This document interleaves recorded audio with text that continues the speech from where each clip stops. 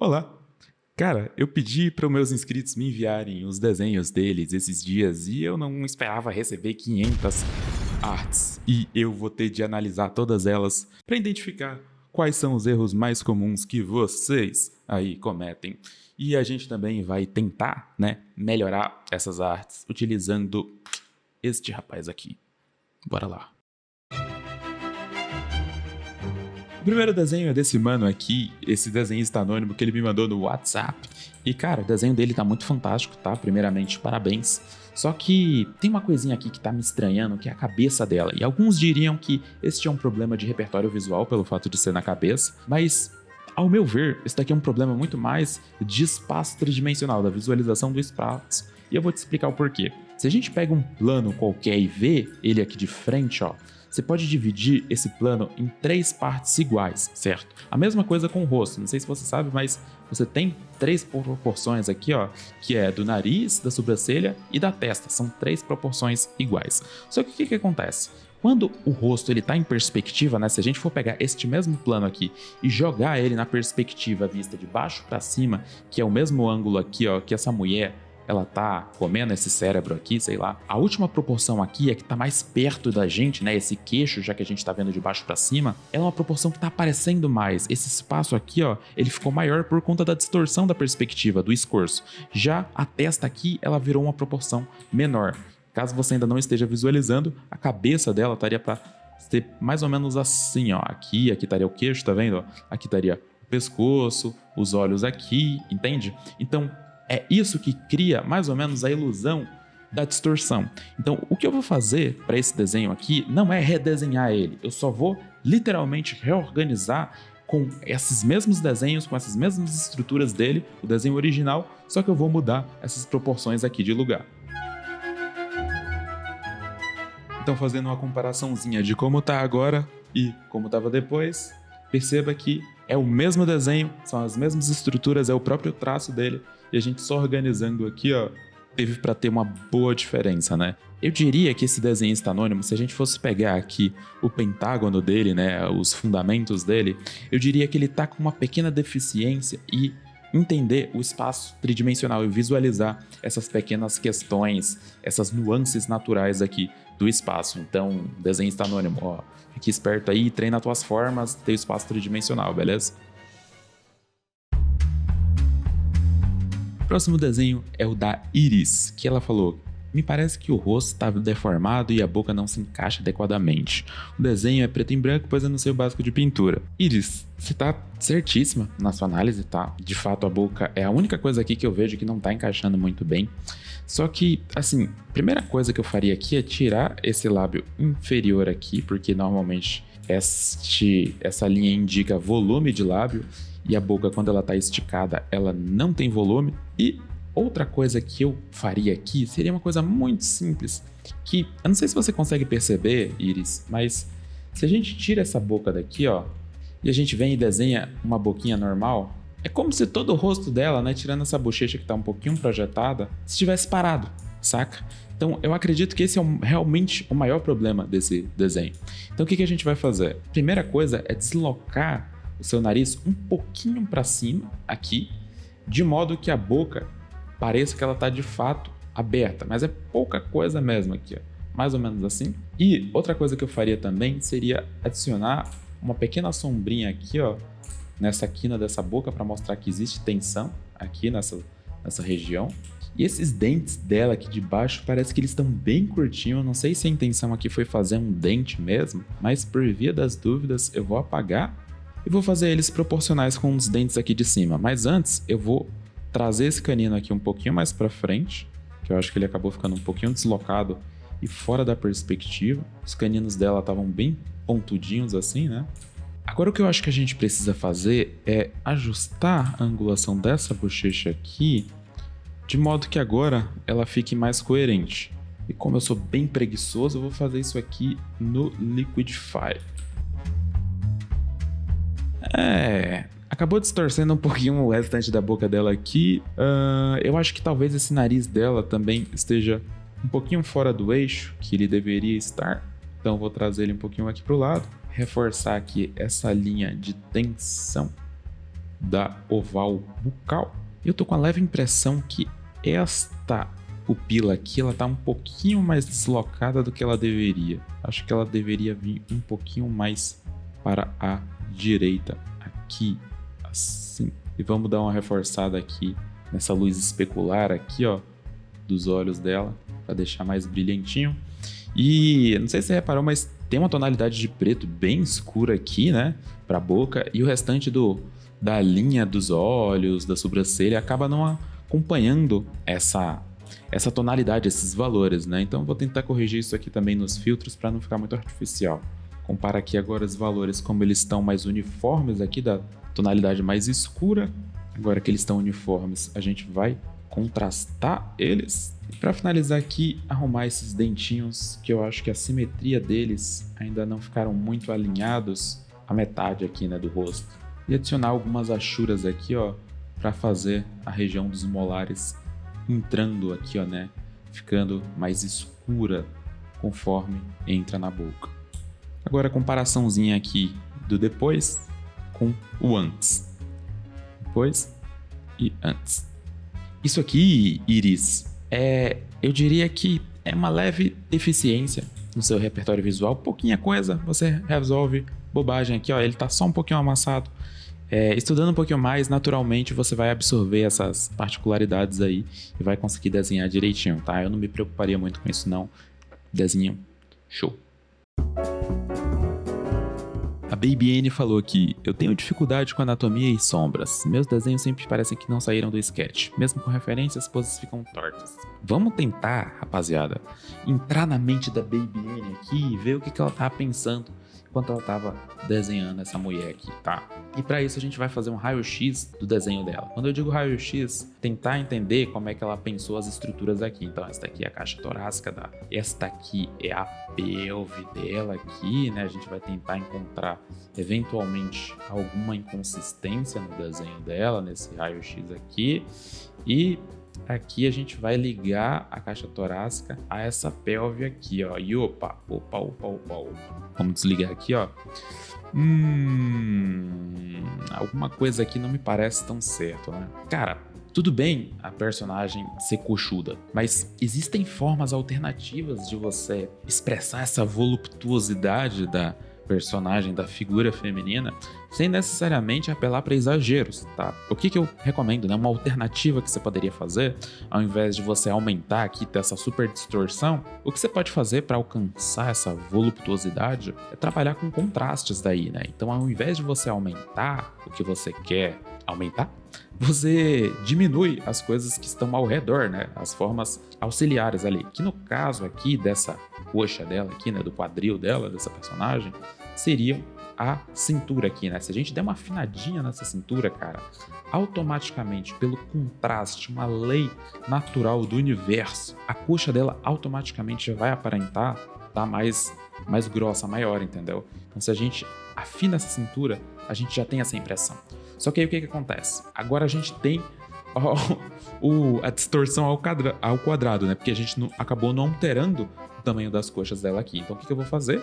Eu vou pegar essa coxa que já estava absurdamente grande aqui, né? Eu vou redimensionar ela aqui, ó, para tentar manter essa tal voluptuosidade sem parecer que seja tão exagerado aqui o tamanho das formas, né? Então com isso, perceba que, de certa forma, eu até diminuir o tamanho das coxas aqui, né? Só que não aparenta que eu diminuí consideravelmente, só que ainda parece grande, né? Por quê? Porque eu trabalhei os contrastes aqui, né? Eu afinei a cintura, beleza? Essa é a primeira coisa que eu pontuaria aqui. E a próxima coisa, talvez, seria pensar um pouco mais na questão da estrutura dessa personagem. Então, assim, os seios dela aqui, eu acredito que daria pra gente dar uma leve abaixada neles. Aqui, por exemplo, na perna, eu vi que você colocou algumas linhas mais escuras aqui, né? Que quase não dá pra ver, mas tem umas linhas mais escuras aqui que eram pra, imagino eu, eram pra simbolizar o fim aqui do tronco, né? Onde marca aqui mais ou menos o começo das pernas, né? E eu também percebi que você colocou essas linhas aqui, ó, pra delimitar o começo aqui da caixa torácica. muito legal isso que você fez, tá?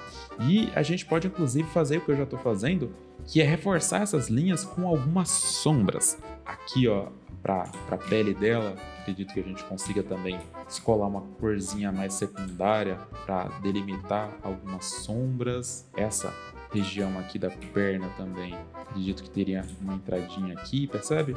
Nada muito elaborado, tô tentando seguir mais ou menos o mesmo padrão estético que eu acredito que combinaria com a proposta desse desenho aqui, tá? E agora eu vou só finalizar aqui fazendo uma sombrinha para esta região aqui também, dos seios dela. E eu acho que é basicamente isso, se a gente for comparar aqui essa versão com a primeira versão dela. A gente coloca elas lado a lado aqui e consegue ver direitinho uma diferença entre as duas. E como a gente conseguiu valorizar de certa forma as formas ali, né, da figura feminina, sem necessariamente precisar aumentar elas. A gente, na verdade, acabou diminuindo, só que mesmo assim mantendo essa voluptuosidade.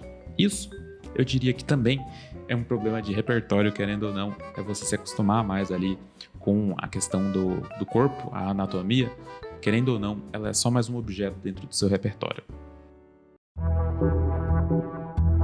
Essa arte aqui foi mandada pelo Gorilarro e ele falou: bem, acho que talvez o que impeça esse desenho de ficar bom seja um pouco da minha insegurança projetada nele. Por exemplo, eu nunca faço cenários, o corpo do Kratos tá meio torto. E, de fato, quando a gente puxa aqui essa arte, a gente vê alguns probleminhas na anatomia, né? E esses mamilos dele aqui estavam bem centralizados do Kratos aqui. Normalmente, o mamilo fica algo em torno de 45 graus do eixo central aqui das clavículas, tá? Então 45 graus aqui e aqui. Então eu colocaria os mamilos mais ou menos por aqui. Outros pormenores anatômicos também seriam o posicionamento do ombro aqui, ó. Diria que eles ficam mais ou menos para cá, essa divisória ela fica cortada mais para cima aqui. Talvez a divisão aqui na cintura dele com o dorsal do Kratos, ó. O dorsal ele normalmente envelopa sua caixa torácica, ele não encontra aqui diretamente. Até porque você tá vendo esse Kratos olhado de ladinho assim mais ou menos, né?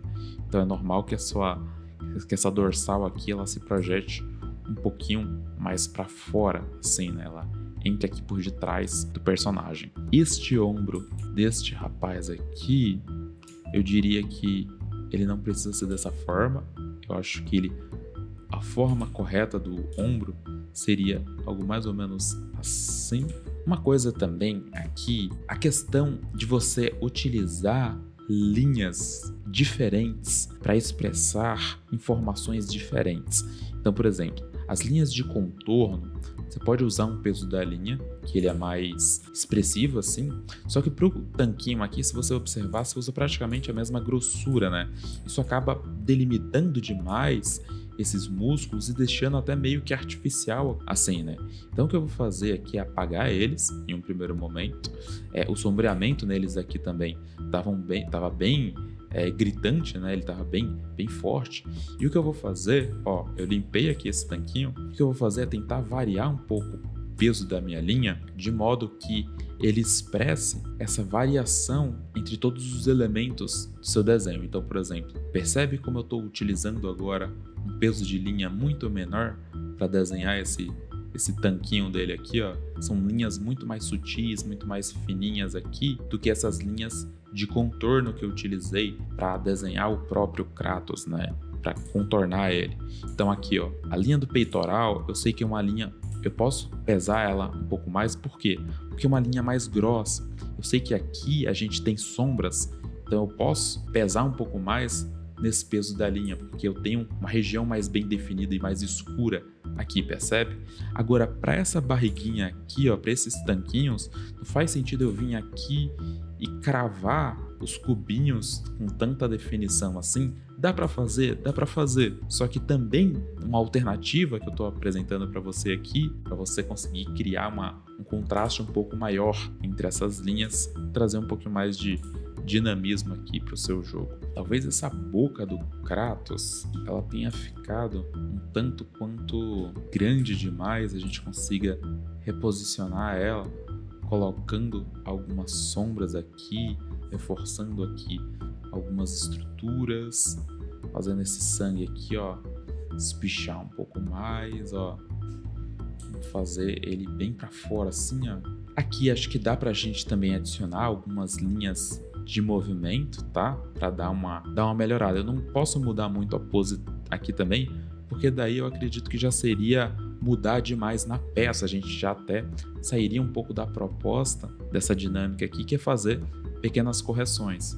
Mas se a gente adiciona algumas linhas de movimento, a gente pode também aqui fazer umas linhas mais irregulares até para o próprio contorno do Kratos, ó, para ver se a gente consegue trazer e criar a ilusão de que ele está se movimentando aqui, sabe?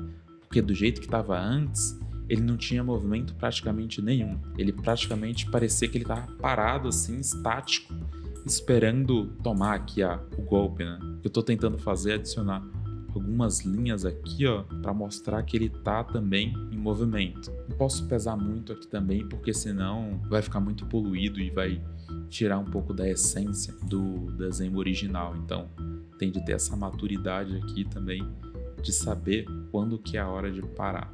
Eu acredito que dessa forma aqui já esteja relativamente ok. Só vou dar uma lapidada mais nesse sangue aqui, que eu acho que dá pra gente ser um pouco mais dramático nesse aspecto aqui, ó. Eu diria que o principal ponto aqui, se a gente fosse fazer uma comparação do antes e o depois, seria basicamente o teu jogo de linhas aqui, tá, mano?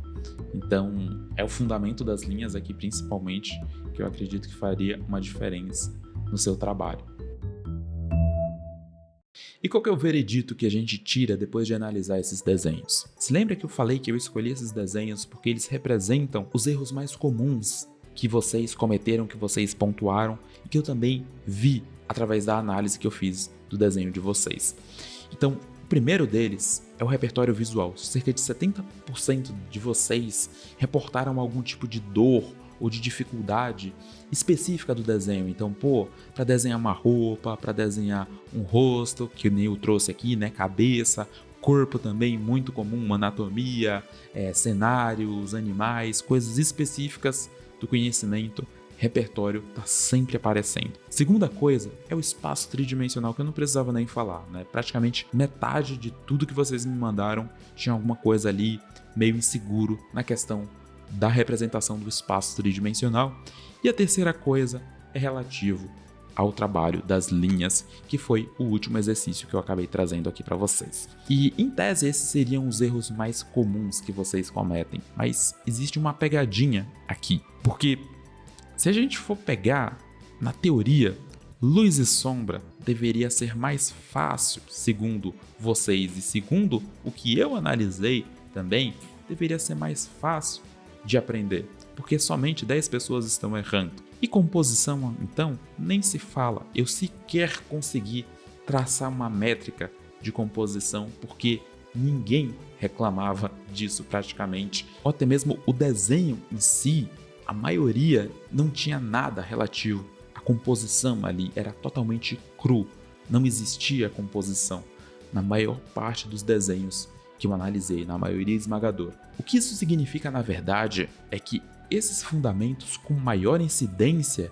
de erro, em tese os mais difíceis, são o que vocês mais estão treinando, se expondo e, consequentemente, evoluindo, enquanto esses fundamentos esquecidos, né, como a luz e sombra, por exemplo, a maioria de vocês não pinta ou não sombreia o desenho. Então, obviamente, o domínio para esse fundamento é muito menor. Composição, então, nem se fala. Então, pelo menos na minha análise que eu faço, é o inverso. Os fundamentos mais difíceis são esses dois aqui, que apareceram menos, e muito provavelmente é o que eu vou focar no Despertar do Artista, que vai acontecer amanhã, no dia 4 de setembro, às 20 horas, ao vivo, aqui neste canal no YouTube. Então, se você ainda não ativou o sininho, clica aí no primeiro link da descrição, vai até essa aula para receber o lembrete e começar o seu despertar. Te vejo amanhã.